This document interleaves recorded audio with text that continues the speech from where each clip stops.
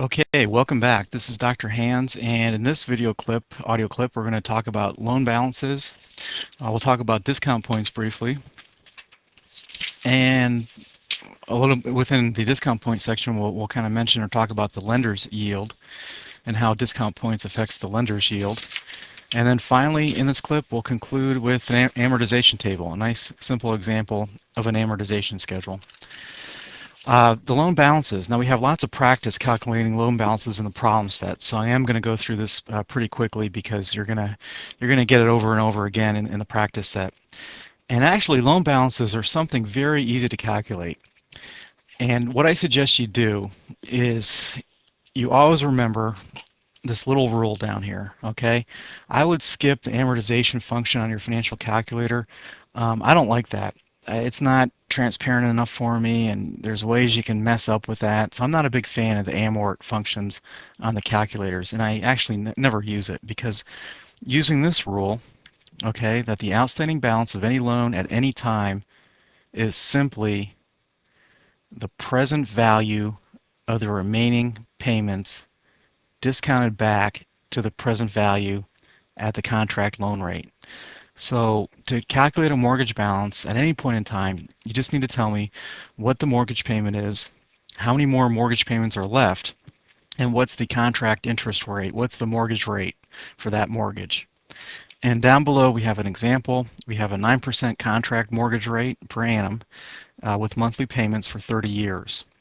The mortgage amount is 120. And at the end of 6 years, Judy is going to sell the house and will pay off the mortgage at the closing of the sale. Okay, at the end of the 6th year. What will be the loan payoff, or what's the outstanding mortgage balance at the end of the 6th year? So what we do, okay, first thing we need to do is calculate the mortgage payment. And the mortgage payment calculation, again, you're going to put 360 into N. I is going to be the interest rate of 9% divided by 12. Input it directly. Again, our calculators are set at one payment per year, I'm assuming. The PV is 120,000. Okay. Make sure future value is empty or 0. And if you solve for PMT, the mortgage payment, okay, compute, you should get $965.55. So that's the mortgage payment. Now, at the end of 6 years, there's going to be 24 years left on this mortgage, or multiply that times 12. There's 288 payments left on this mortgage. The interest rate is still 9%. Okay, 9 divided by 12 is still in the interest rate. So make sure that you divide that by 12 because our calculators are set on one payment per year. This example, they must be assuming the calculator is set on 12 payments per year. Okay, so make sure it's 9 divided by 12 and just calculate present value this time. Calculate PV. And the PV should come out to very close to $113,772.90. So that's what the balance of the mortgage is at the end of the 6th year when Judy sells her house. That's what she'll have to pay off. Okay, and again, there's lots of practice in the problem sets on calculating mortgage balance at different points in time. Now, loan discount points. A point on a mortgage, okay, so the first thing we need to remember about points is that 1 point equals 1% of the mortgage amount. Okay, not of the sales price, but of the mortgage amount. So 2 points would be 2% of the mortgage, and 3 points would be 3% of the mortgage, and so on. But a point is simply a charge, okay, that you pay as the borrower to the lender when you originate a mortgage. So a point, is charged at the very beginning when the mortgage is originated or set up. And the reason there's actually two kinds of points that originators might charge people. And one is called a point for maybe an origination fee. So, okay, so points can be charged as origination fees, which just cover the costs associated with, underwriting and originating mortgages. Okay, their overhead, their expenses, might even include the appraisal fee and some other things. So a mortgage originator can itemize fees and charge you for things, very specifically, or they could just charge you 1 or 2 points on the mortgage, which is just a percent or two of the mortgage amount. But here we're talking about loan discount points. And loan discount points are basically, again, money paid to the lender up front, but it's like an interest charge up front. And the reason that you would pay a loan discount point as a borrower would be to buy down your interest rate. If you look at how originators quote mortgage rates, they'll have a contract rate, and next to it they'll tell you how many points associated with that contract rate. And you'll notice when you start paying points, the more points you pay, the lower the contract rate on that mortgage. So if the current mortgage rates are 6% with 0 points, if I pay 2 or 3 or 4 points, I would expect a mortgage contract rate of something significantly less than 6%, maybe 5.5% or 5.75% or 5.25%. So that's why I would pay discount points. It would be to lower the contract rate on my mortgage, get a better interest rate, a lower interest rate on my mortgage. But again, you're paying discount points or interest paid at the very beginning of the mortgage origination.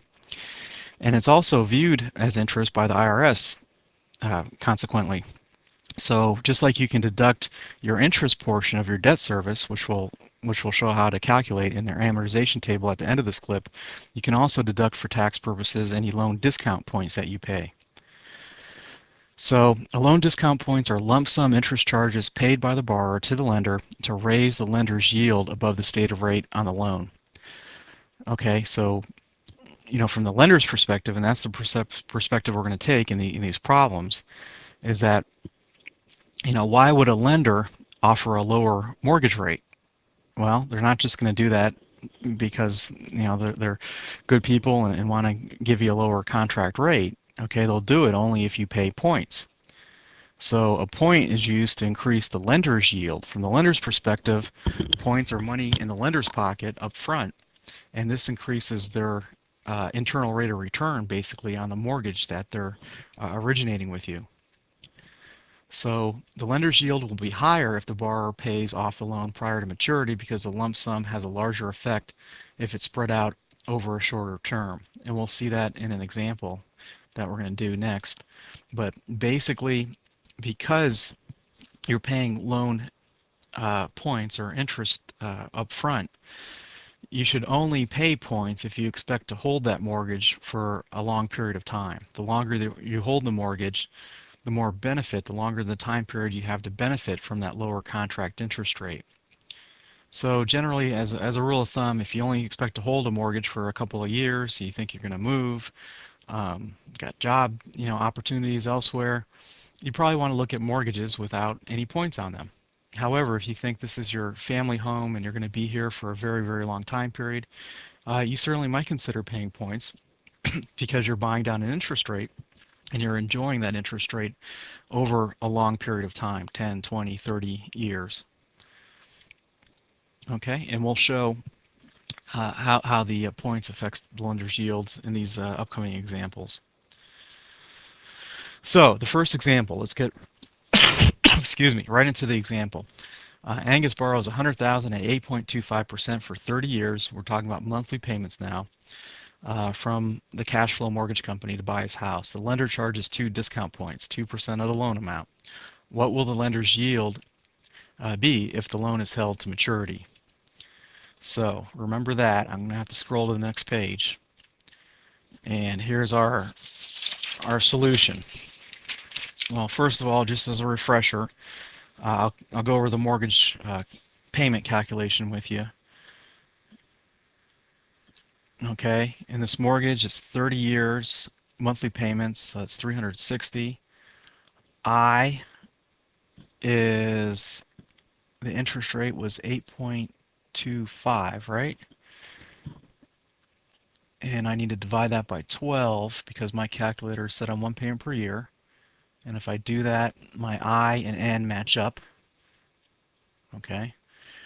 The PV, the mortgage amount, is $100,000.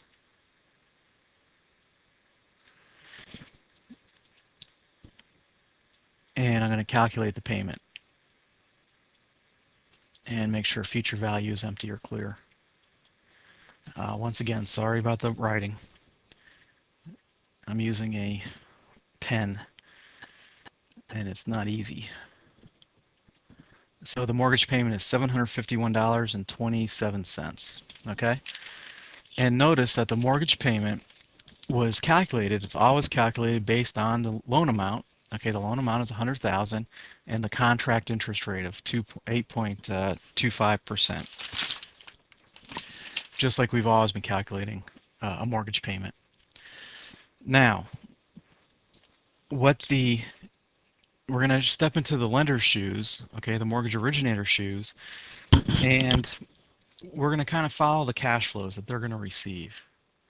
Okay, if I'm the lender, I'm making a timeline.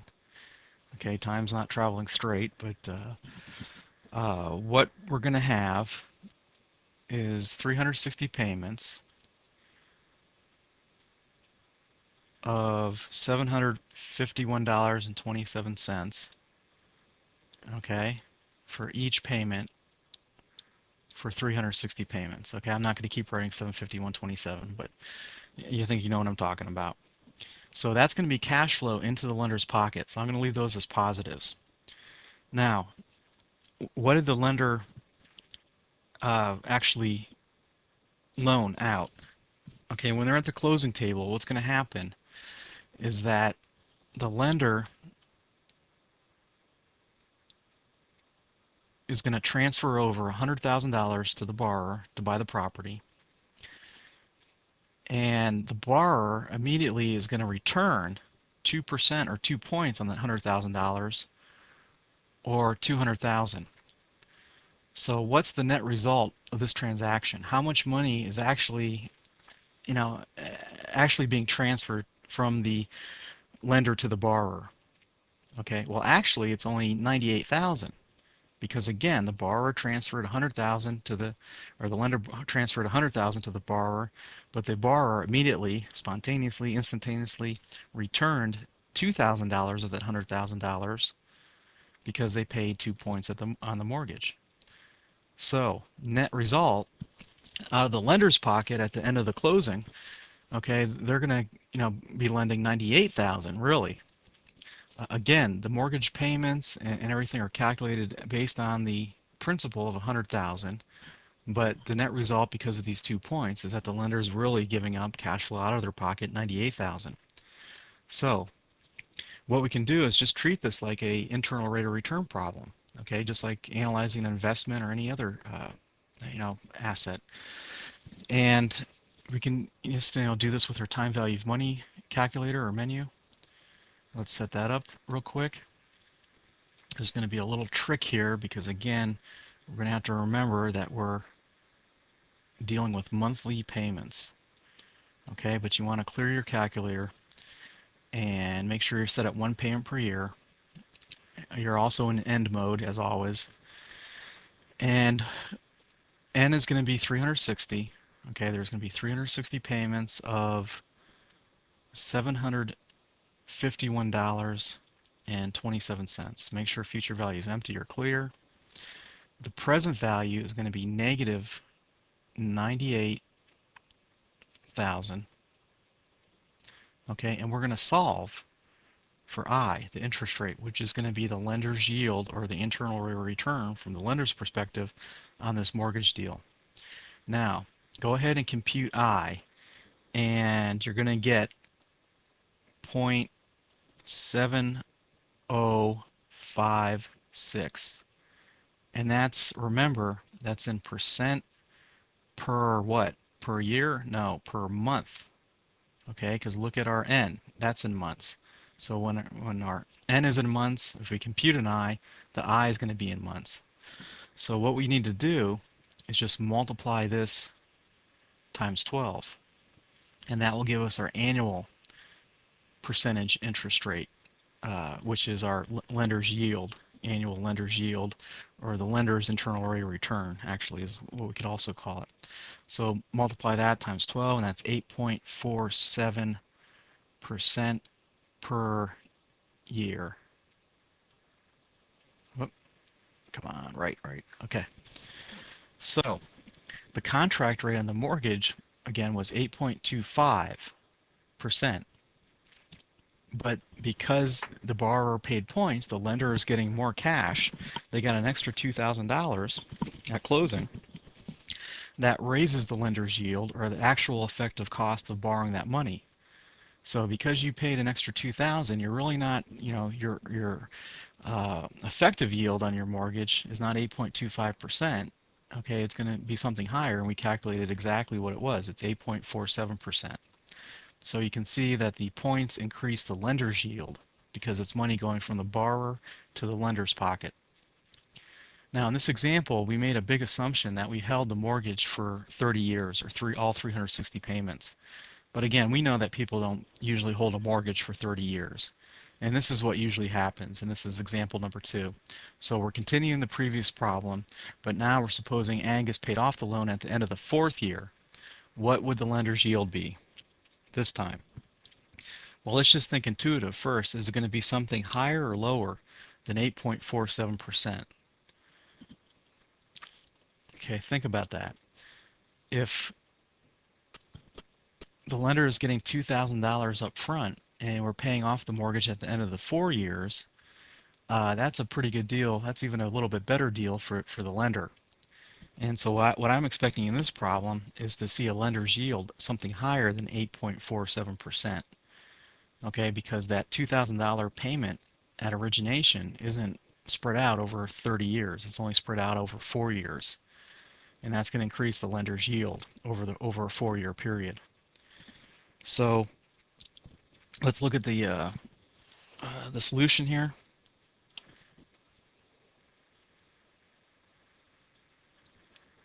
And so we already know several things. First, the lender will invest $98,000, okay, because they're, on the contract they're giving up $100,000, but they're getting $2,000 back immediately in the form of the borrower paying points, 2 points.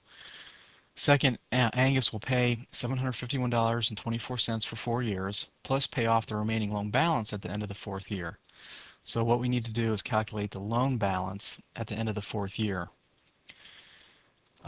So the lender will have an initial negative cash flow of $98,000 followed by 47 payments. Okay, 12 times 4, holding it for 12 years, well, that's 48 payments. Okay, but we're doing the 48th payment. We're combining both that payment of $751.27 plus the loan payoff, the remaining loan balance. So we do not know the loan balance, so we must solve for it. And again, we just talked about solving for loan balances, so I'll take it as an input or a given here. So use a $100 loan amount. Remember, the payments are always based on the contract loan amount on the mortgage, and solve for the balance at the end of the 4th year. So the balance at the end of the 4th year should be $96,388.28. Okay, but we also have to add that payment, okay, of $751.27. So the total cash flow, when we go to pay off this loan, we're going to pay the balance of this amount, but we also have to make that very last mortgage payment of this amount. So that's going to equal $97,139.55. So what we have here to set it up on a timeline, okay, hopefully a straighter timeline. Okay, we have 48 payments, and each of the payments are going to be $751.27. Okay, but the very last payment is going to be $751.27 plus the loan balance of $96,388.28, or $97,139.55. So those are the cash inflows. And again, the cash outflow, the investment by the lender, was the $98,000. the $100,000 mortgage minus the 2 points. Okay, so if we set this up in our calculators and solve for I again,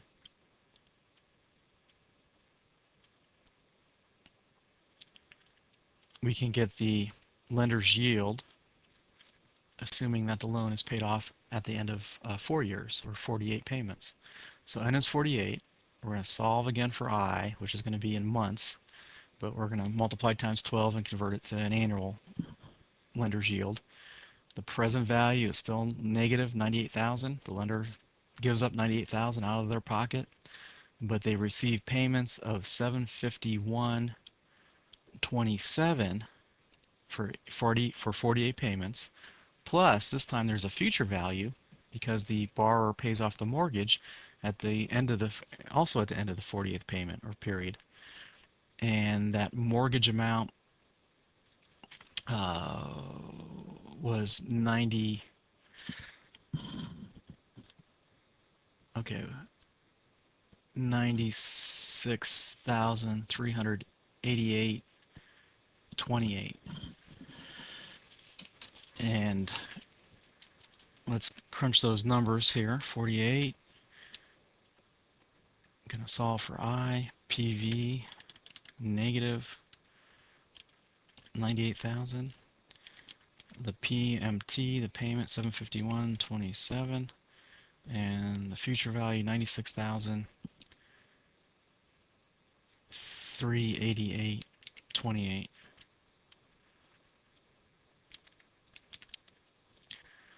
Okay, and what you're going to get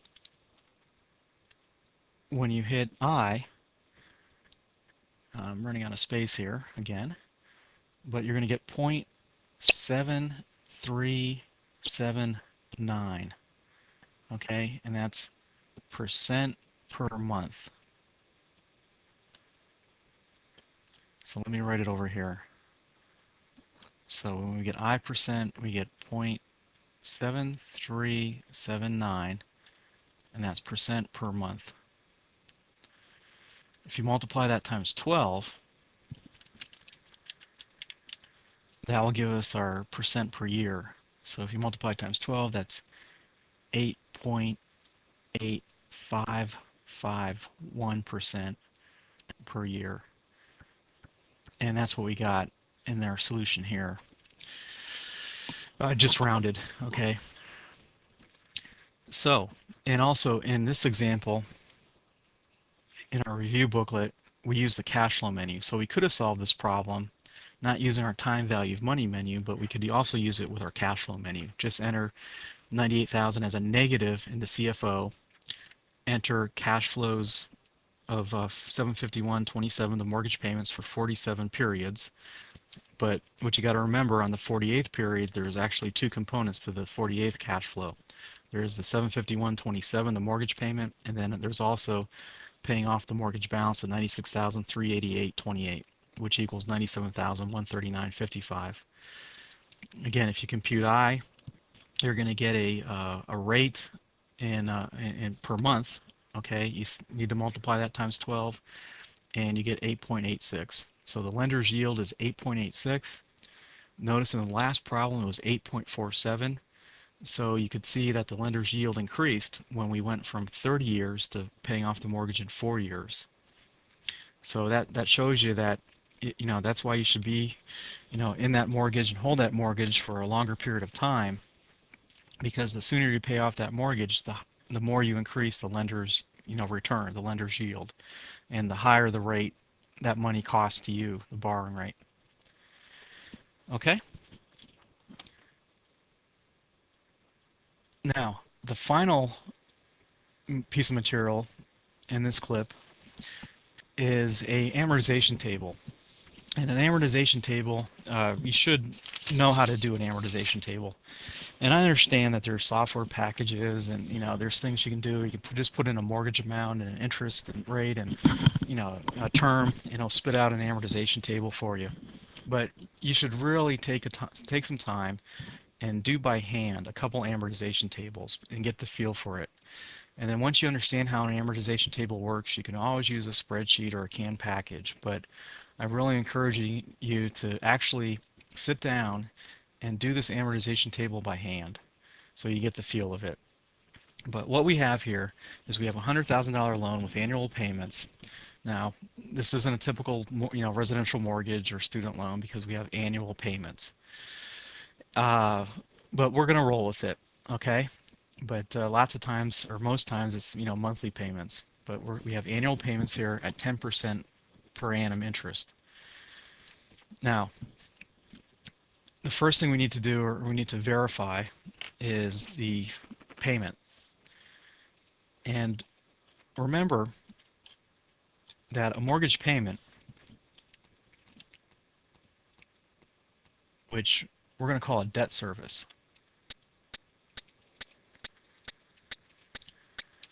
okay, it consists of two components.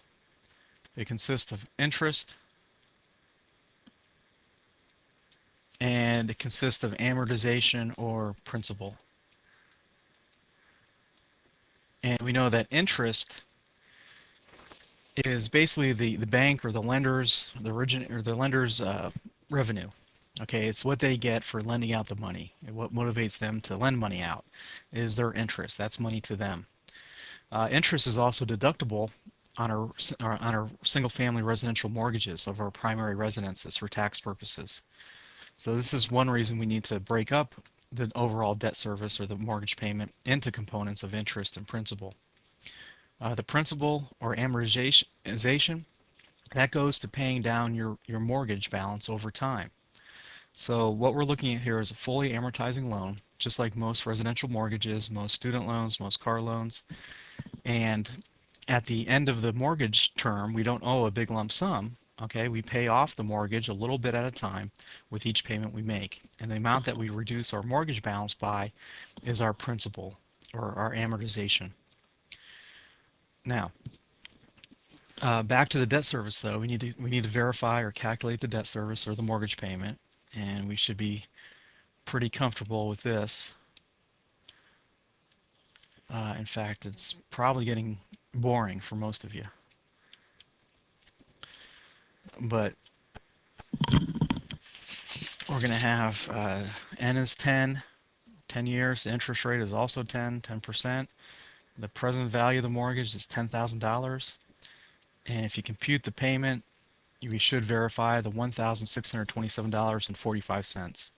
So the question that the amortization table answers or addresses is how much of that $1,627.45 is interest and principal. And the answer to that is different with each mortgage payment. So now we're going to look at our amortization table, and we have $100,000 as our very beginning balance. And then we have our payment or our debt service of $1,627.45 for 10 payments or 10 years. Notice that the payment is the same for all years. So with a fully amortizing fixed rate mortgage, our mortgage payment does not change. It never changes. We owe the same amount each month or each year or each quarter. What changes is the composition of that payment, how much goes to interest and how much goes to principal. Now, what you do next to break the payment into interest and principal, first you calculate the interest, and then whatever is left over goes to principal reduction, goes to the amortization component. And here's how you calculate the interest. What you do is you just take your beginning balance, okay, and multiply it times the interest rate for that period. So in this case, for the first payment, we have a $10,000 balance times 10%. Okay, that's interest. We owe $1,000 interest for that period, for that first year. And that's how we got that $1,000 right here. So we can go payment equals interest plus principal. Okay, so whatever's left over from the payment, from the debt service, must be principal reduction or amortization. So what you do is you take your interest, subtract it from your overall payment, and that gives you your amortization or principal reduction. So the principal or the amortization component is a residual component. It's whatever's left of our debt service after we account or credit the interest portion of that. So once we have our principal calculated, excuse me, now we can calculate our ending balance at the end of the first or after the first mortgage payment, after the first year. And to do this, we just take $10,000 minus $627.45, our principal reduction. And that should equal $9,327.55. Okay? Now, this $9,372.55 is the balance at the end of the first payment, or at the end of the first year, and that becomes our beginning balance for the second year, or for the second payment. So for the second payment, to calculate how much interest that we owe, we take the beginning balance of $9,372.55, multiply it times 10%, our interest rate, and that's how we got the $937.25 right here. Okay? Subtract our interest from our total payment, and that leaves you with $690.20 of principal reduction amortization. Then subtract the $690.20 from the beginning balance of that period, $9,372.55, and that gives you $8,682.35. Okay? Starting to get the hang of it? Yeah, this gets real repetitive real quickly. Let me just go through the third payment with you, and then I'll leave it up to you to verify the rest of the payments. It's always easy to check an amortization table because you know you're correct, okay, or you're incorrect if the balance at the end of the last payment isn't zero. If the loan does not fully amortize, or the ending balance isn't exactly zero or very close to it, there might be a little rounding. You know you got something wrong with that amortization table. But let's look at the third payment. Okay, the third payment, our beginning balance for the third year is $8,682.35. Okay, that's the balance that we owe the 10% on, the 10% interest on. So 10% of that is the $868.23. Subtract that from our total debt service, and that leaves us with $759.22, which we subtract from the beginning balance to get us our ending balance of $7,923.13. Okay? Again, go through that by hand and verify all those mortgage payments. In fact, recreate that amortization table from scratch. And that will give you a good feel for an amortization table. On my websites, I do have a spreadsheet that you can use to amortize any loan. So if you want additional practice in doing amortization tables, what you can do is download that Excel spreadsheet. You can put some numbers in, like a mortgage amount, an interest rate, number of periods, and it will crank out a amortization table for you, so you can get additional practice. But that's very important stuff. Again, we need to know that to figure out how much interest that we can deduct on our mortgage payment from our income taxes each year. So for the first year, we can take a $1,000 deduction. We can't take $1,627.45 deduction because $627.45 went to principal repayment or amortization. So very important stuff. But signing off for now.